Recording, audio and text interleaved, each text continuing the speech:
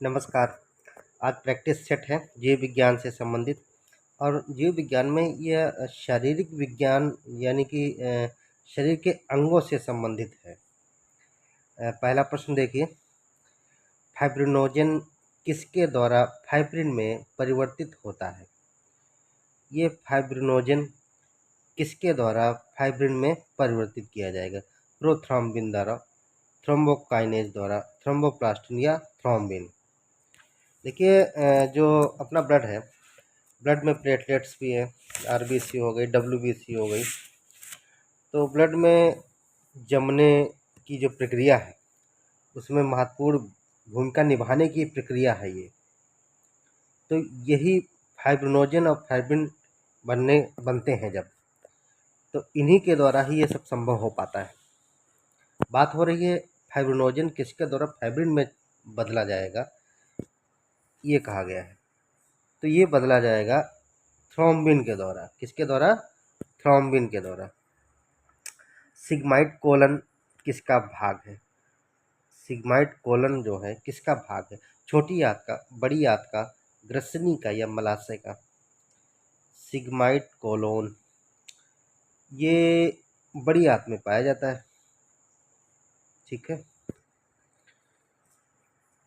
कौन सा एंजाइम पेट के अंदर प्रोटीन के पाचन में शामिल होता है? कौन सा एंजाइम पेट के अंदर प्रोटीन के पाचन में शामिल होता है? पेप्सिन, लाइपेज, सेल्यूलोज या लाइसोजाइम? तीसरा प्रश्न है, तो ये रहेगा प्रोटीन का पाचन पेप्सिन करेगा। लाइपेज द्वारा वसा के जलीय अपघटन पर मिलता है। जब लाइपेज का जलीय अपघटन होता है किसके द्वारा? वसा के द्वारा, तो क्या मिलता है? वसी अम्ल और अमीनो अम्ल, वसी अम्ल या ग्लिसरॉल, ग्लिसरॉल या अमीनो अम्ल, ग्लिसरॉल या अल्कोहल। देखिए, जब लाइपेज के द्वारा वसा के जलीय अपघटन होता है, वसा का जलीय अपघटन जब किया जाएगा तो क्या मिलेगा? चौथा प्रश्न है, ये रहेगा वसी अम्ल और glycerol, fatty acid and glycerol बनेगा किसके अपघटन से? वसा के जलीय अपघटन से। किसके द्वारा? लाइपेज के द्वारा। शरीर का रासायनिक कारखाना किस अंग को कहा जाता है? यह रासायनिक कारखाना किसको कहा जाएगा शरीर का? मस्तिष्क को, गुर्दा को या लीवर को या हृदय को? ये यकृत है। ठीक है, लीवर ही है। रासायनिक कारखाना, chemical factory of our body. Next है, शरीर के किस भाग में पित्त रस का उत्पादन होता है? बाइल जूस, बाइल जूस का प्रोडक्शन होगा शरीर के किस भाग द्वारा? गुर्दा के द्वारा, हृदय के द्वारा, फेफड़े के द्वारा या यकृत द्वारा? पित्त रस का जो उत्पादन है ये लीवर के द्वारा, यकृत के द्वारा होगा। और इकट्ठा कहाँ हो जाएगा? यकृत के द्वारा हुआ। और बाइल जूस जो ये बना पित्त रस, तो किस में इकट्ठा होगा? पित्ताशय में इकट्ठा किया जाता है। ठीक है। पाचन के लिए भोजन के साथ मिलने वाला पहला एंजाइम, पहला एंजाइम जो पाचन के लिए उपयुक्त है, भोजन के साथ मिलेगा। ट्रिप्सिन, एमाइलेज, सेल्यूलोज या केसिन प्रोटीन? ये तो केसिन तो प्रोटीन ही है। बात हो रही है यहाँ पर एंजाइम की। सातवां प्रश्न है ये, तो किसमें रहेगा? एमाइलेज। भोजन, पाचन के लिए भोजन के साथ मिलने वाला पहला एंजाइम क्या है? एमाइलेज। नेक्स्ट है, वह प्रक्रिया जिसके द्वारा आहार नली में भोजन सरकता है या जाता है। ठीक है। निष्कासन, अंतर्ग्रहण या पाचन आत्सात्करण? तो अंतर्ग्रहण होता है। क्या है? अंतर्ग्रहण के द्वारा आहार नली में भोजन जाता है। गुरुत्वीय बल की भी भूमिका होती है। भोजन का उदासीनीकरण किसके द्वारा होता है? अग्नाशय द्वारा, ग्रहणी के द्वारा, बृहदान्त्र के द्वारा, पित्तरस द्वारा? भोजन का उदासीनीकरण किसके द्वारा होगा? अग्नाशय द्वारा, ग्रहणी के द्वारा, वृद्धांत्र द्वारा या पितरस द्वारा? नवा प्रश्न है, जब भोजन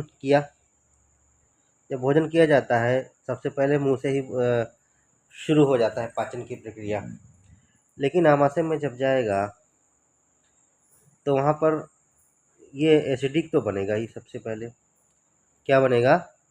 एसिडिक तो रहेगा, अम्लीय रहेगा। लेकिन यहाँ पर उदासीनीकरण का काम अगर कोई करेगा तो वह कौन करेगा? तो पितरस ही ये उदासीनीकरण का काम करता है। भूख लगने पर कोई व्यक्ति सर्वप्रथम उपयोग करता है वसा, पेशी प्रोटीन, ग्लाइकोजन या रक्त प्रोटीन? जो भोजन हम लोग करते हैं तो टूटने पर क्या बनेगा? ग्लूकोज तो प्राप्त ही होगा। क्या प्राप्त होगा? ग्लूकोज मिलेगा। और ये ग्लूकोज किस रूप में संचित रहता है? ग्लाइकोजन के रूप में मौजूद रहता है। किस रूप में मौजूद होता है? ग्लाइकोजन। जहाँ भूख लगती है तो ग्लाइकोजन का उपयोग कर लिया जाता है शरीर के द्वारा।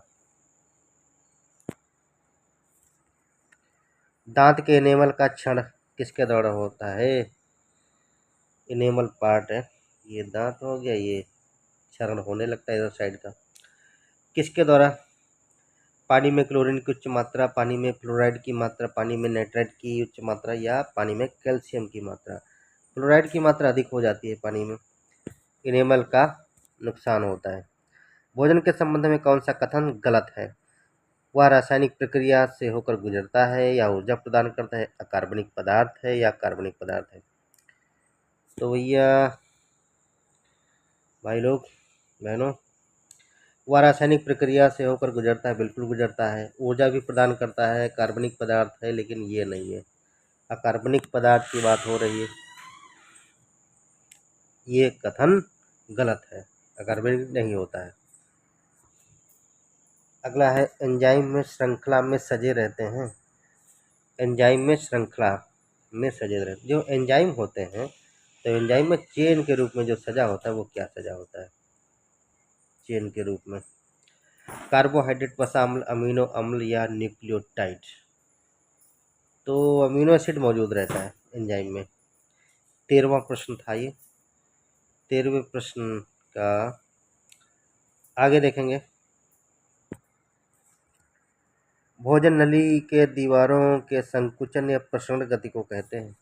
जो अपनी फूड पाइप है तो ये फूड पाइप में संकुचन होता है, कंट्रैक्टाइल होती है, एक्सपेंशन भी होता है।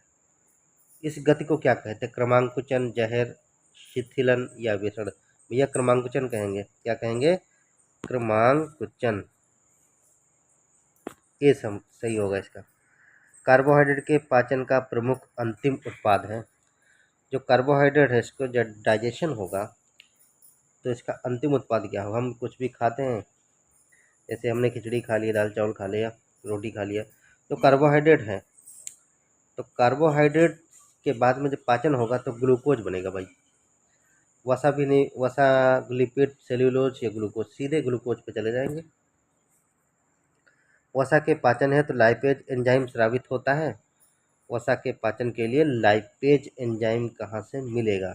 गुर्दे के द्वारा, अग्नाशय के द्वारा, जिगर द्वारा या बड़ी आंत द्वारा? अग्नाशय के द्वारा ही मिलेगा ये। 16वां का बी। कार्बोहाइड्रेट को तोड़ने में मदद करता है, कौन करेगा?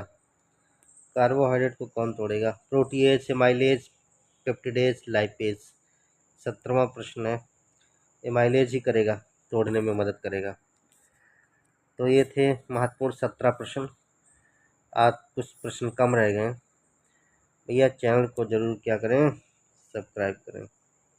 जो नए हों सब्सक्राइब करें, लाइक शेयर जरूर करें, फ़ायदा होगा। धन्यवाद।